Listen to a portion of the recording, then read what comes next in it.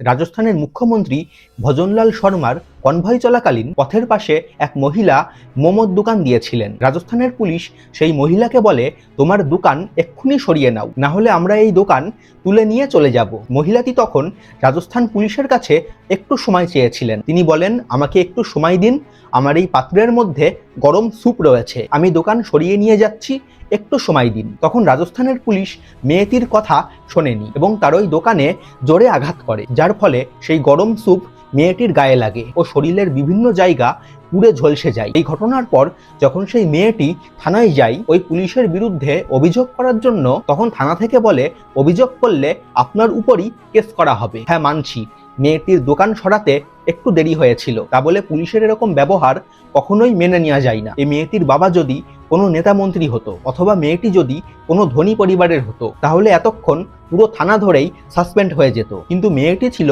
এক গরিব পরিবারের, তাই তার সাথে এরকম অপরাধ হওয়ার পর সে কোনো বিচার পাচ্ছে না। হ্যাঁ, এটাও আমাদের এই সমাজের বাস্তবতা।